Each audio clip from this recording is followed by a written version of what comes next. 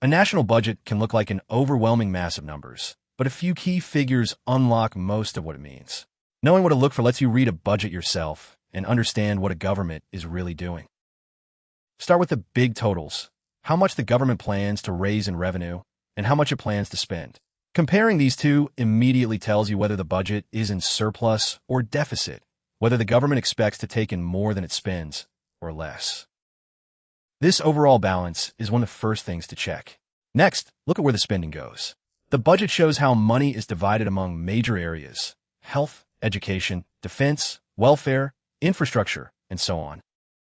The largest allocations and any big changes from before reveal the government's priorities, what it is choosing to fund generously and what it is cutting or holding back. This is where values show up in numbers. Then consider the revenue side, where the money comes from and any changes to taxes. Tax changes in the budget show how the government plans to raise money and who will be affected. Finally, look at the debt, how much the government owes and how the budget affects it, to gauge the longer-term financial picture. For example, reading a budget, a person checks whether it's in deficit, sees which areas get the most money and which are cut, notes the tax changes and glances at the debt, quickly grasping the government's priorities. Taxes, spending, deficits, and budget rules vary greatly from one country to another, and they change with each government.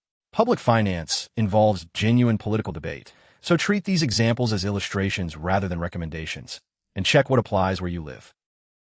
The main lesson is simple.